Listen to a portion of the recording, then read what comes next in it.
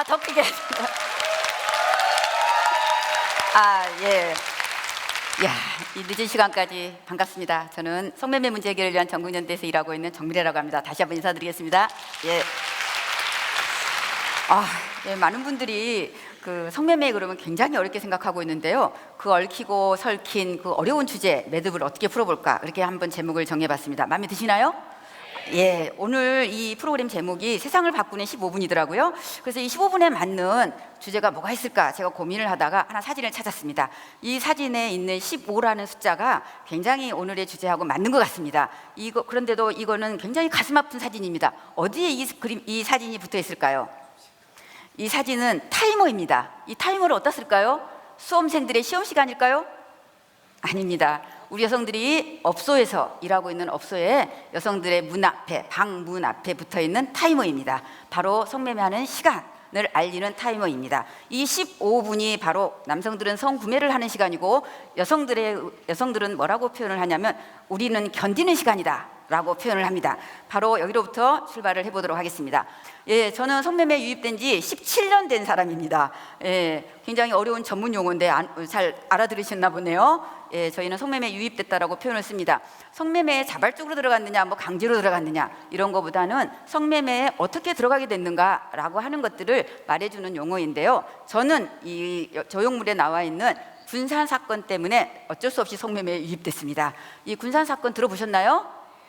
성매매와 관련되는 얘기를 할 때마다 나오는 아주 대표적인 두 개의 사건이 있습니다. 바로 군산의 대명동 화재 사건과 군산 개복동 화재 사건이 나오는데요. 군산에 계시는 분들은 굉장히 싫어하십니다. 그래서 제가 군산 분들한테 가면은 자부심을 가지십시오. 이 사건으로 인하여 법이 만들어졌고 이 법으로 인해서 많은 여성들이 도움을 받고 있고 우리 사회가 변하고 있습니다. 자부심을 가지십시오. 세계로 수출하고 있습니다. 제가 이렇게 말씀드리면 지역사회에서 정말 그러냐고 물어보십니다. 그런데 이 사건이 났었을 때는 오히려 제가 지역사회로부터서 굉장히 어려움에 처했었습니다. 바로 무슨 얘기였냐면요, 지역경제 말아먹는다, 이런 얘기 많이 하셨습니다. 그 얘기는 뭐냐면 바로 그 업소로부터 벌어들인 수익에 의해서 지역경제가 움직일 정도였다라는 거죠. 현금이 바로 조달이 되고 그런 것들. 그래서 제가 말씀드렸습니다. 그러면 그동안에 그 여성들이 벌어들인 수익으로 먹고 살았다는 얘기인데 그럼 우리는 어떻게 해야 됩니까? 이 사람들이 거기서 그렇게 살다가 화재가 나서 사망해가지고 갔는데 이것에 대한 보상은 어디서 나와야 됩니까? 라고 질문했습니다. 그랬더니 거기에 대해서는 이제 답을 못 하셨습니다. 그랬는데 문제는 그 개복동 화재 사건이 나고 나서 저희는 큰 두 가지 일을 하게 됐는데요. 바로 대명동과 개복동 사건은 우리 사회에서 큰 의미를 부여한 것은요, 저희가 사상 처음으로 국가를 상대로 하는 손해배상 청구 소송이라는 걸 했습니다. 바로 그 의미는 뭐냐면요, 이 여성들을 거기에 방치하고 거기에 놔둠으로 인하여 많은 사람들로부터 잊혀지게 했고 낙인과 편견 속에 살다가 결국은 화재가 나서 사망하게 됐을 때 이 책임을 누가 질 거냐라고 하는 것 때문에 국가한테 그 책임을 묻는 국가배상 청구 소송을 했습니다. 그래서 국가가 이 여성들의 인권과 생명권을 지키기 위해서 제대로 하지 못했기 때문에 이 사람들이 사망했다라는 것으로 국가 책임을 묻는 그 소송에서 저희가 승소할 수 있었는데요. 바로 그 건물이 이제 대명동 건물은 다르지만은 개복동 건물은 10년 동안 화재가 나고 나서 방치돼 있었거든요. 그런데 안전성 진단 때문에 결국은 10년이 지난 2013년도에 그 건물을 철거하게 됐습니다. 그래서 이게 건물이 헐리고 나서 그 자리에 잔디만 심어놨습니다. 그러고 났더니 저희가 이제는 그 자리에 매년 모여서 함께 추모하고 함께 이 의미를 되새기고 이런 활동들을 매년 해왔거든요. 근데 건물이 없어지고 나니까 저희가 너무 죄송하고 이 상실감이 드는 거예요. 그래서 거기에다가 저희가 기금을 마련해서 이 조형물을 하나 세웠습니다. 이 조형물만 딱 봐도 무슨 의미인지 아시겠죠?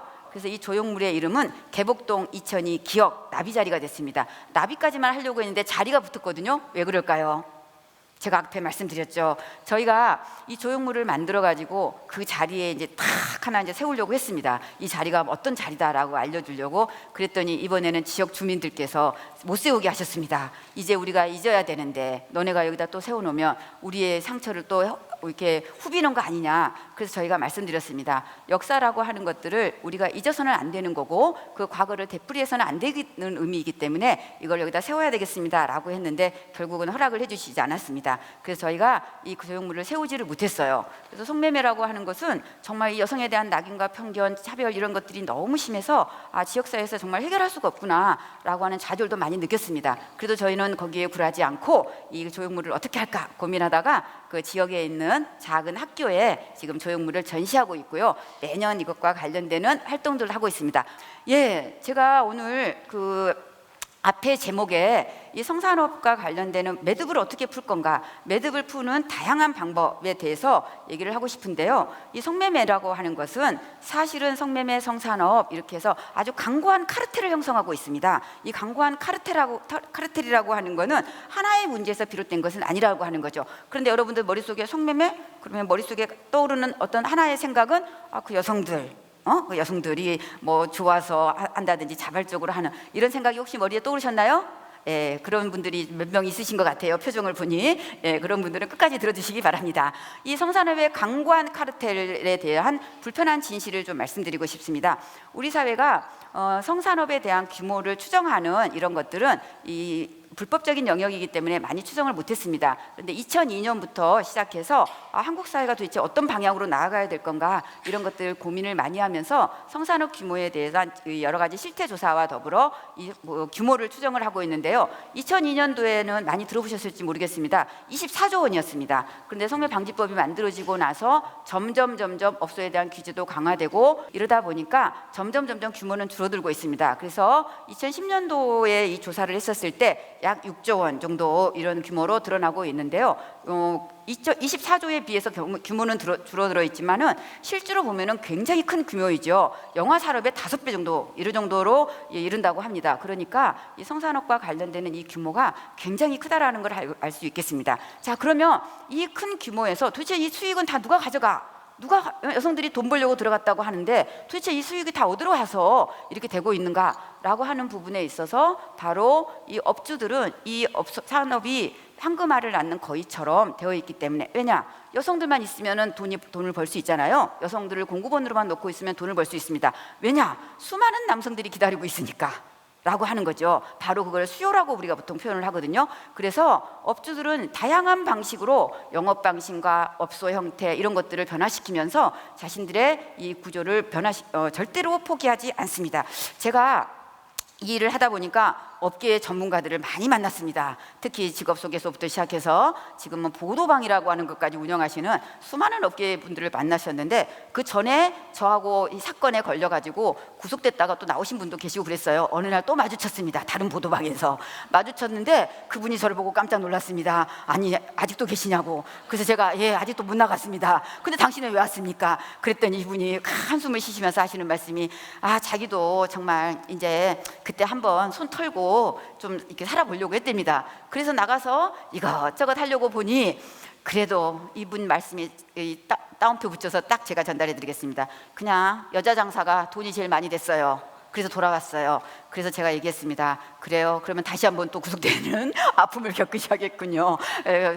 그분 어쩔 수 없이 다시 또 구속돼서 형량을 많이 받으셨습니다. 예, 업주들이 저희만 보면은 맨날 니네가 여성들 다 빼돌려 갖고 자기들이 지금 손해 본 게 얼마인 줄 아느냐 이런 말씀하십니다. 그러면 저는 그 말씀 드립니다. 그러시나요? 그럼 법정에서 뵙지요 하고 인사드리고 옵니다. 이 엄청난 카르텔 안에서 이 사람들이 그렇게 위협을 하게 됐을 때 이 사람들한테 맞서서 여성들이 과연 싸울 수 있을까요? 싸울 수 없죠. 이 여성들은 업주가 새벽에 갑자기 잘 있다가 새벽에 12시나 2시, 새벽 2시, 3시 저도 전화 받습니다. 새벽 2시, 3시쯤에 전화를 합니다. 그래, 너 어딨냐? 너 잘 사냐? 근데 그 말에 소름이 끼칩니다.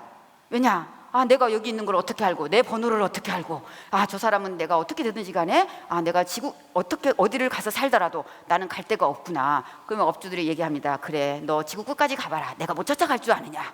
예, 이렇게 얘기하면은 말은 굉장히 부드럽게 합니다.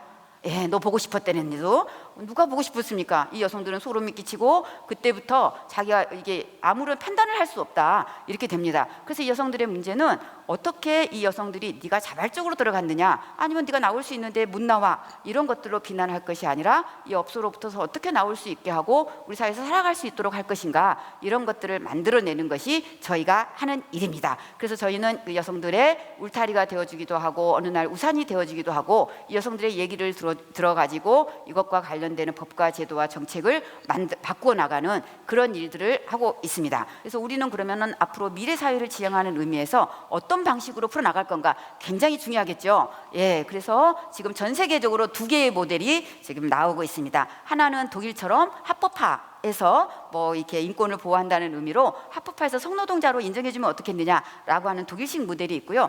또 하나는 스웨덴을 중심으로 해서 노르딕 국가들이 펼쳤던 방식들입니다. 여기서는 그거는 안 된다, 이거는 좋은 일이 아니다, 이거는 해악을 미치는 일이기 때문에 그렇게 할 수 없다라고 하는 의미를 가지고 오히려 성산업을 축소시키고 여성들의 인권을 보호하는 중요한 방식은 어떤 방식이냐라고 봤었을 때, 여성들이 빈곤이라든지 여러 가지 폭력에 의해서 성매매로 유입되기 때문에 이거를 차단할 수 있는 방법을 찾아야겠다라고 하는 것으로 바로 어떤 방법을 채택을 했냐면요, 성을 사는 행위를 하는 사람을 규제하는 그런 법을 만들었습니다. 일명 성구매자 처벌법입니다. 이 법을 바로 그 인접 국가들이 같이 쓰게 되면서 그게 바로 노르딕 모델이 됐습니다. 노르딕 국가들이 이 방식을 쓰고 있기 때문에요. 그래서 저희도 2004년도에 법은 제정되어 있지만 이때 많은 노력을 해서 이 법으로 가려고 했었는데 저희는 그렇지 못했습니다. 오히려 성매매 여성을 자발과 강제로 좀 나누게 됐고요. 강제로 간 여성들에 대해서만 피해자로 보호하게 되는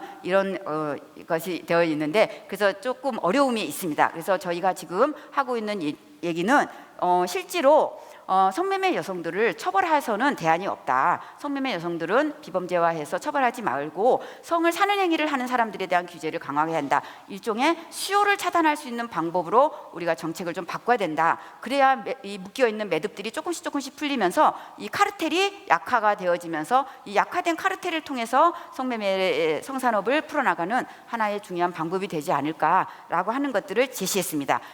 이거는 프랑스가 노르딕 모델을 채택하고 나서 1년이 됐습니다. 그래서 이 나온 통계입니다. 실제로. 그래서 프랑스 같은 경우는 성매매에 대해서, 성인 간의 성매매에 대해서 국가가 관여하지 않은 입장을 가지고 있었거든요. 그런데 2014년도에 EU의 결의안을 받아들여서 노르딕 모델로 전환을 했습니다. 그리고 나서 이 통계 수치가 나왔는데요. 성매매 여성들은 처벌이 하나도 발견되지 않았고요. 그 다음에 성을 사는 행위를 하는 사람은 이렇게 900명이 넘는 사람이 처벌이 됐다라고 하는 것입니다. 그래서 이 성산업 규모라고 하는 것, 그리고 강고한 카르텔들이 조금씩 바뀌고 있다라고 하는 것들을 알 수가 있습니다. 아마 끝내야 될 시간인가 봐요. 제가 지금 말을 너무 많이 했나 봅니다. 예, 그래서 저희가 작년에 우리가 촛불전국에 여러분들도 저희도 함께 광장에서 많이 외쳤지 않습니까? 예, 민주주의를 많이 외쳤을 것입니다. 저희는 그 민주주의 광장에서 이렇게 얘기했습니다. 성매매 없는 세상이, 이런 것들을 하고, 그것이 바로 성평등의 완성이고, 성평등의 완성이 민주주의의 완성이다라고 하는 이런 구호를 가지고 지금까지 활동을 해오고 있습니다. 그래서 성매매를 수요를 차단하고 여성에 대한 비범죄를 하는 것, 이 방식이 이 얽히고 설켜 있고 풀기 어려운 이 매듭을 푸는 첫걸음이지 않을까라고 생각을 합니다. 예, 들어주셔서 감사합니다.